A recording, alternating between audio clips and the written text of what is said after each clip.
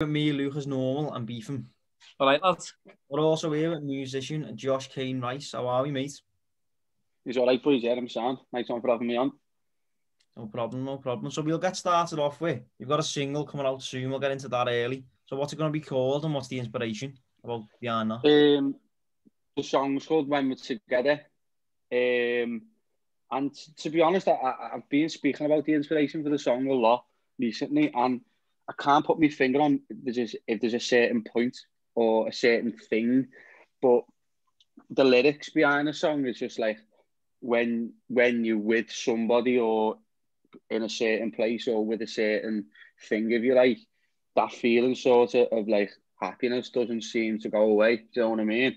So I don't know if it's about a specific person or place or thing. I like to think it's when I'm playing music or I've got something to do with music. When I'm in that frame of mind, that feeling sort of never goes away, if you know what I mean. When did you write it? Wrote it in April, I think. I don't, you know what day I wrote it? I wrote it when the Nando's opened, because I remember writing it and then going to get them. When they first opened again. So May, I think, actually. May. Yeah. But yeah. Around that time. Sorry, mate, didn't hear that. That's when we started, around like May time. That's when I got onto your page, you know? Yeah, well, I feel like I was always doing like, you know, like little open mic nights and stuff like that. And in lockdown, obviously that wasn't available. You couldn't go out on a Friday night and just play to like fucking 10 people in a boozer. So I just thought like, I'd just make my own Instagram and see what happens. Just start off doing covers. But then I had loads of my own tunes as well, because I've been writing tunes like 2-3 years, do you know what I mean? So when I started putting them on and people started to like them, I started to take it a bit more serious and not just playing every Oasis tune under the sun, do you know what I mean? And all stuff like that, trying to take it a bit more serious. So I'm sort of happy I've got the ball rolling with getting this single out there. I'm looking forward to it, to be honest. When's it going to be released? I'm thinking like the 12th to the 19th of March, so not that long away. Like, it's all mastered, all the artwork's done. Just need to do the promotion side of it, you know what I mean? So where did you record that? Third Planet Studios in Box with Jose Agnes. I don't know if you know him, little producer, and also Mason Owens was playing on it as well. He was doing lead for me, lead guitar. Oh, belter. So yeah, got good musicians on there as well, you know what I mean? I'm just standard fucking bored, man. But but when people like that are involved in your tune, it does give it that extra little bit of oomph, like, you know what I mean? Yeah. When did you like think about going into like recording and that? Like, when did you think I'm gonna go release a like in the studio? You know, well, I had the idea of it, this idea to have a single out for the past year and a half, something like that. And I went and done a demo on two. I went and demoed 2 songs in Vulcan Street, and I came out today and I listened to them back, and I thought my songwriting needs to improve here because they're not that good. Do you know what I mean? Yeah. So I went home, and before I wanted to take that next step to get anything recorded or have anything like on a hard copy, I just thought like, let's make a good song. So, you know what I mean? Like, through that lockdown, I was just writing every single day. And like, you were getting good ones and you were getting rubbish ones, you know what I mean? So it was just one of them. But when I wrote that one, I thought this is decent, this, you know what I mean? This is probably the best one I've done up to now. Like, so that's why I've seen a few of your originals on your Instagram and that. Yeah. Some of them proper heavy.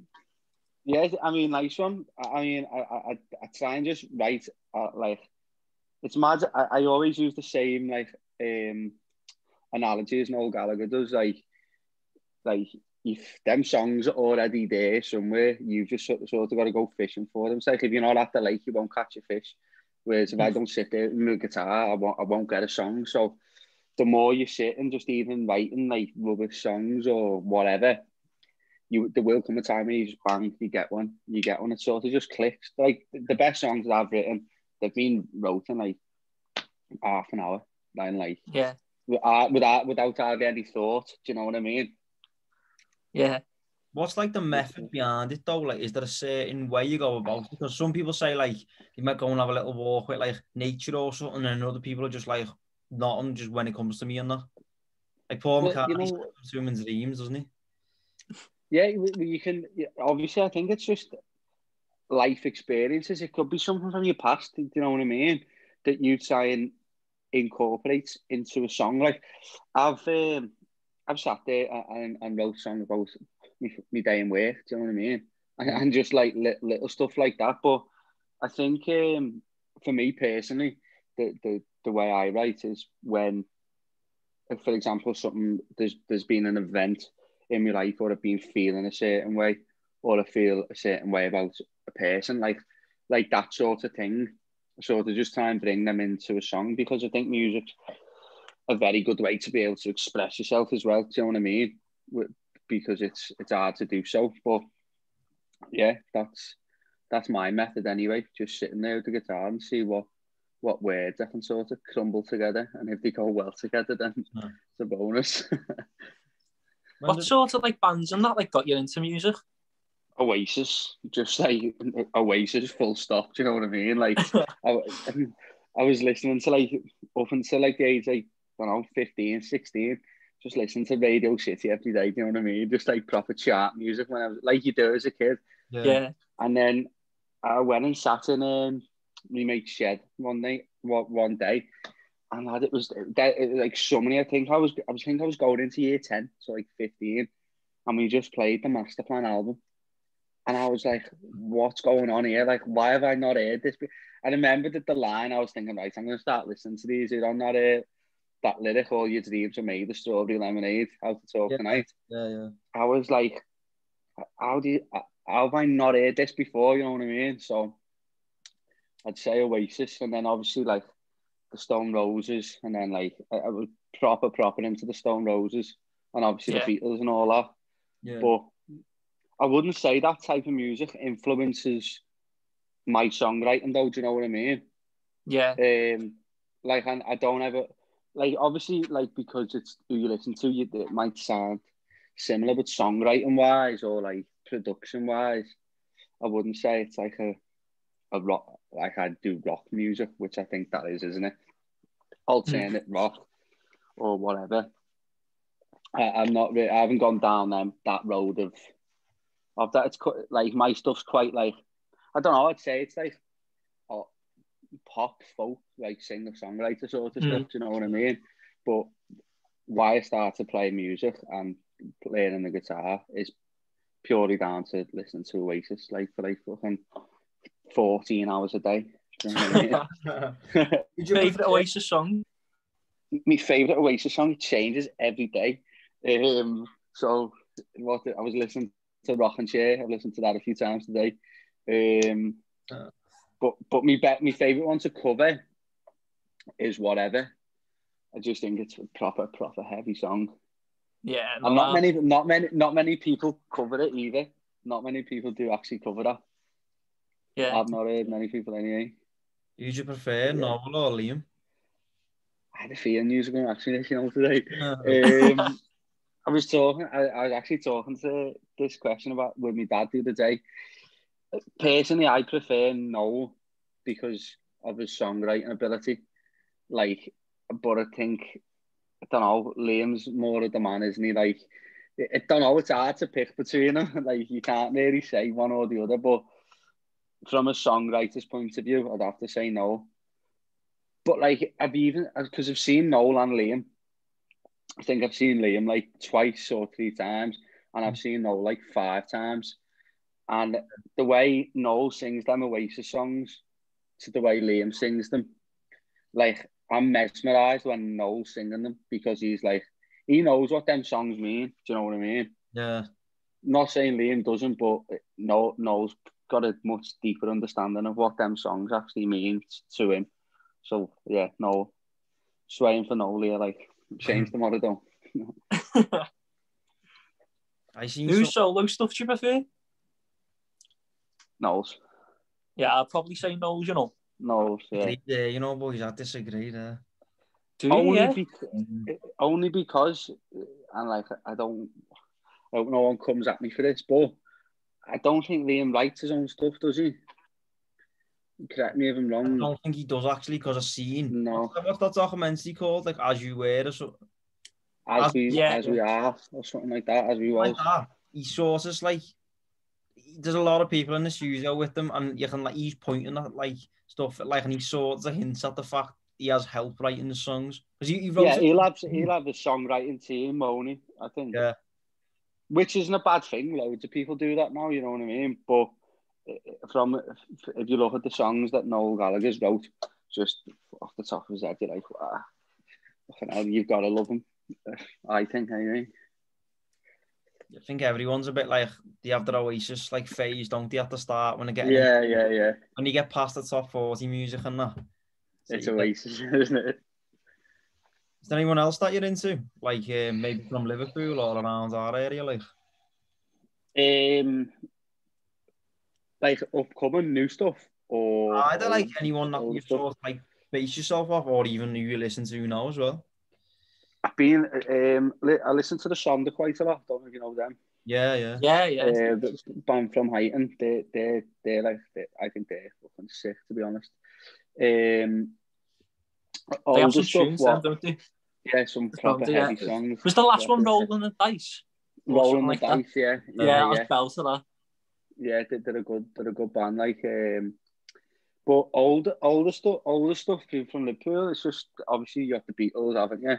And then Cast, Coddle stuff, people like them. You know what I mean? But yeah. I wouldn't say like Liverpool music is like the only thing I listen to. Do you know what I mean? But out of the city, there's loads of sick people coming from out of the city at the minute, though. Like you look at that kid who's just got into the top 40. Is it Tom Rogan? Is it? Yeah. Yeah, he smashed it. Like there's loads of boss people coming out of Liverpool music wise. Like I think, like even the likes of Michael Stokes and Mason Owens as well, and the Rats, and there's bands and artists just flying out the cracks everywhere in Liverpool. I reckon when the lockdown's lifted and like gigs and that, I reckon that's when we'll see like. I reckon everyone's going to smash it. I reckon everyone will be more keen for the gigs too and stuff. And like definitely. The city is going to go huge, I think. Definitely. And I hope it does as well.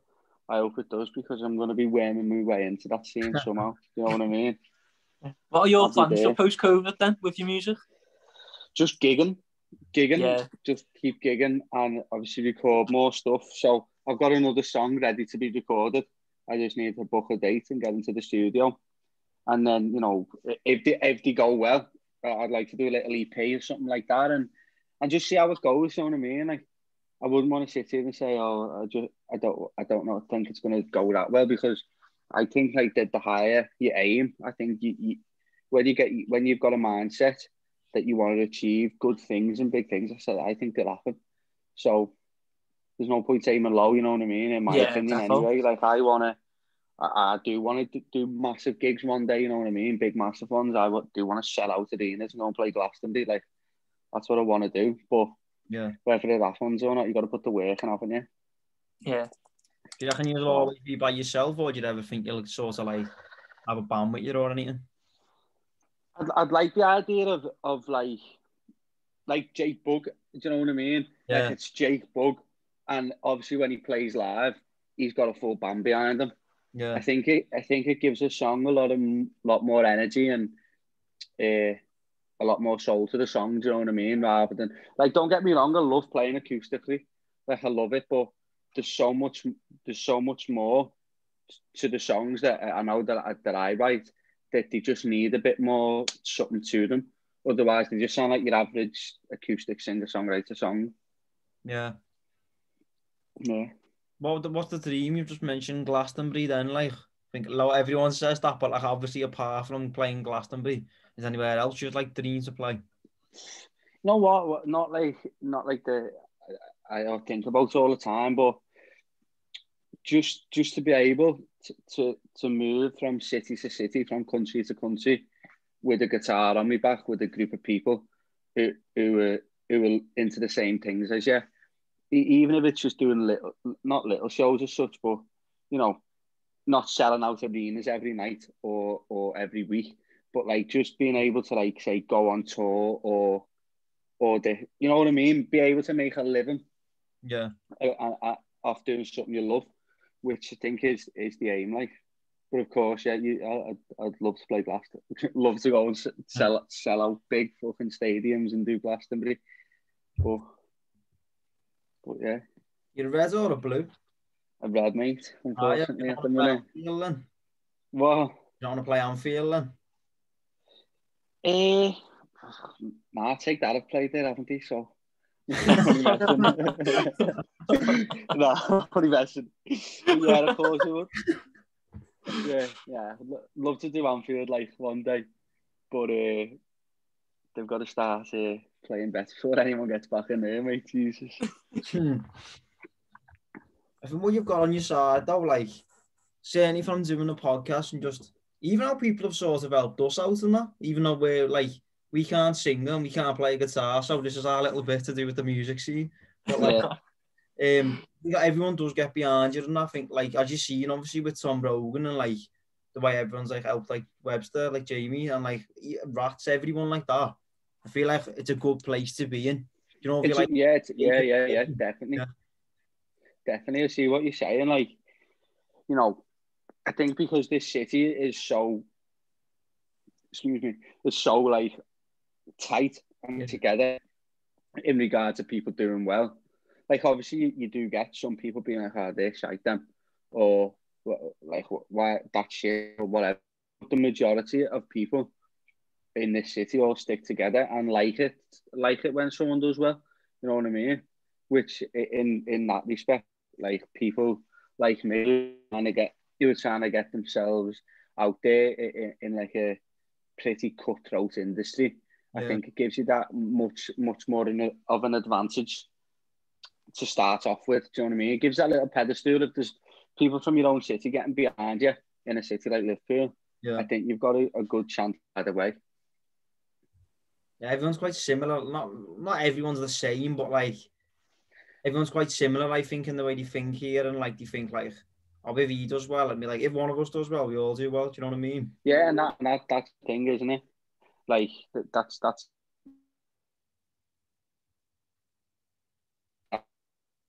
what this is about, isn't it? Like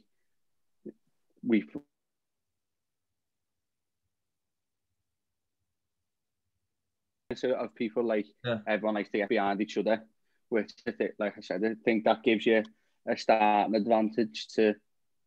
Well, I can't speak for any other cities because I'm not from another city, but I think it gives you a good pedestal to jump, doesn't it? From there, like sort of thing. Defo. Another question. I've absolutely ripped this off. The Blossoms podcast, which I've been watching lately. On there, is it decent? You know, they always have to guess the top 5 Manchester songs, so I just thought I'd change the number, change the city. So, what's your top favourite 3 Liverpool songs? In My Life by the Beatles. Top choice. I'm gonna go Dreaming of You by the Coral tune, and Living the Dream by Cast. That's an absolute anthem, that. Live the Dream by Cast. Yeah. Used to go off with Jamie Webster's Boss Nights. That, you know, it's unbelievable. I think that's one of the most underrated songs, you know, ever. It is. It's when I first started like gigging, doing the open mic nights, I'd always play that song all the time. Like it'd be my go-to song. My first ever gig, supported the Sonda. And I think I only had like 3 of my own tunes, you know what I mean? So I was saving them till the end. And then like covered like 3 Oasis tunes, and I remember covering that Live the Dream by Cast, and everyone was having it, you know what I mean? I was like, right, but I've come away from the covers now, like. What's that? I think they're underrated though, Cast. Like, so underrated. To be honest, I haven't listened to that much of the stuff. You know what I mean? Like I know like the main tunes, if you like, but that's like you said, they probably are underrated for that reason. Like, do you know what I mean? Because not everyone's like into every single song or every album. Yeah. But yeah. Do you got any more questions before we finish up then, Beefham? Yeah, we always finish on. What's your favourite pint? Favourite pint?